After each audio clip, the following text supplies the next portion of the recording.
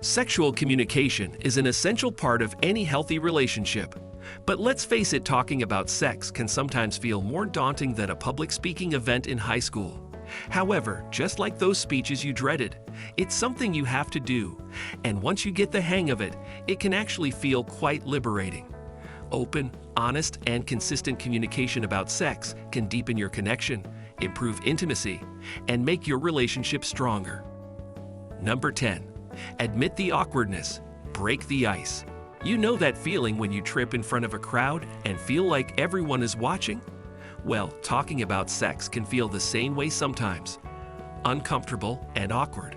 But the truth is, admitting this awkwardness can be the best way to start. A simple, "Hey, this might feel a little weird to talk about, but I think it's important," can go a long way in easing tension. Acknowledging the discomfort not only makes you more relatable, but it also shows that you're being vulnerable, which can help your partner feel more comfortable too. Use humor here. Something like, "This feels a bit like discussing taxes during a romantic dinner, right?" can lighten the mood.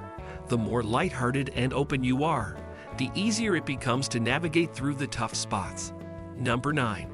Choose the right time. Set the stage. Timing is everything. Much like you wouldn't start discussing future vacation plans while your partner is dealing with a stressful deadline, talking about sex also requires the right environment. Pick a moment when both of you are relaxed and free from distractions. Definitely not when you're both about to fall asleep or mid-Netflix binge. Think of it like planning a date night. You want the atmosphere to be calm, cozy, and comfortable. One way to do this is to set aside specific time slots for these types of conversations. Schedule a time when you can be focused solely on each other, away from the pressures of daily life. Make it intentional. Let's take some time this weekend to talk about us. Just the act of scheduling the conversation makes it a priority and gives both of you something to look forward to. Number 8. Focus on I statements. Keep it personal. Nothing kills a conversation faster than blame or judgment.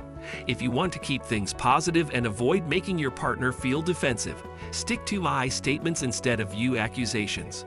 For example, instead of saying, "You'd never initiate sex anymore," try something like, "I feel like we haven't been as intimate lately, and I'd miss that connection."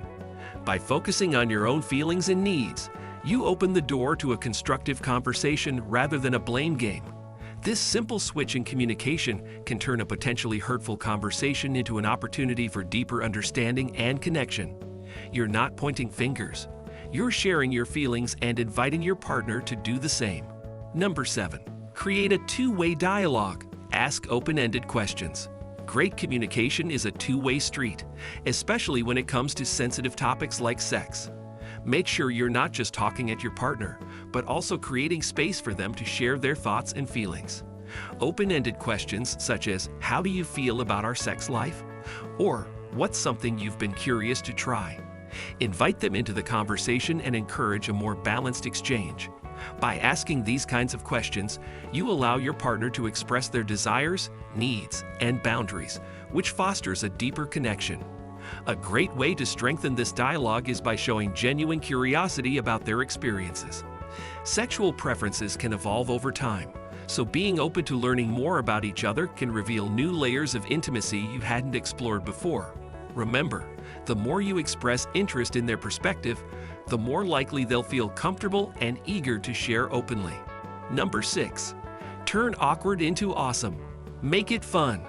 Talking about sex doesn't need to be serious or clinical.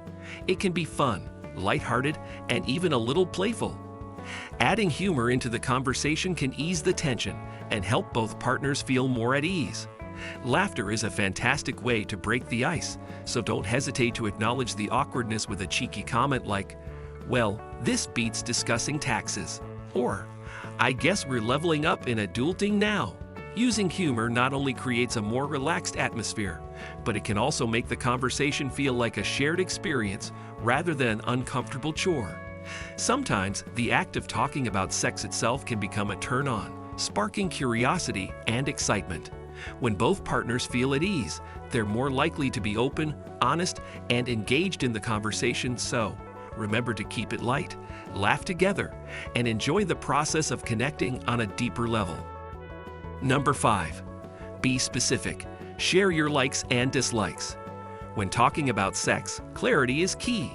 It's not enough to say vague things like, "I want to be closer," because that leaves too much room for interpretation.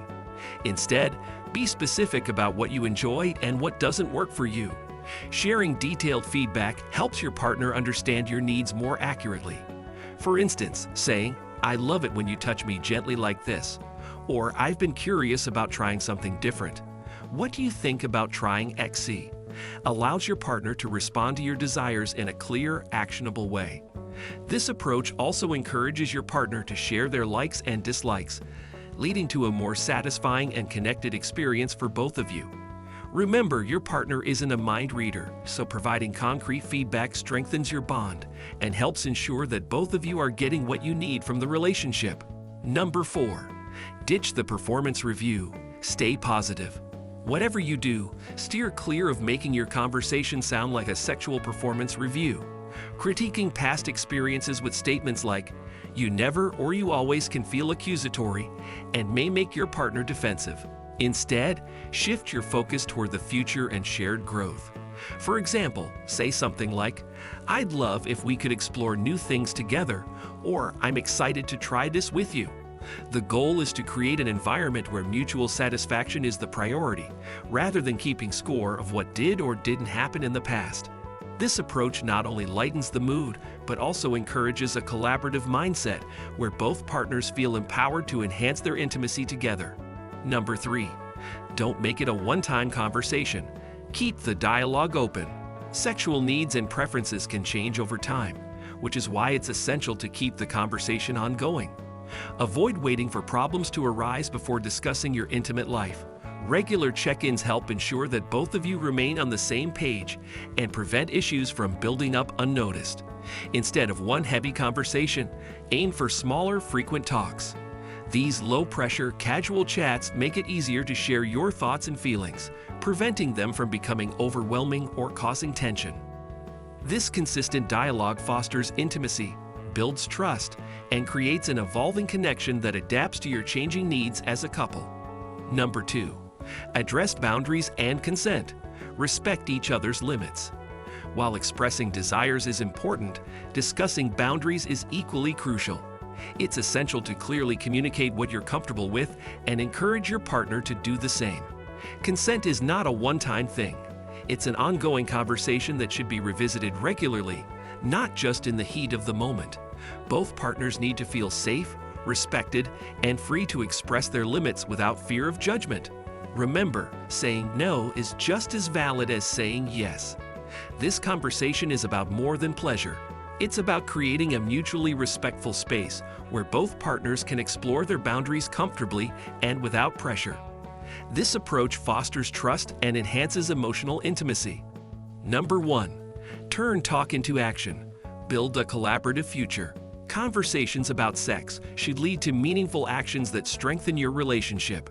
Start by identifying small steps, like planning more quality time together or trying new forms of intimacy. If you've discussed feeling disconnected, prioritize date nights or uninterrupted conversations. On a deeper level, consider experimenting with new ways to show affection.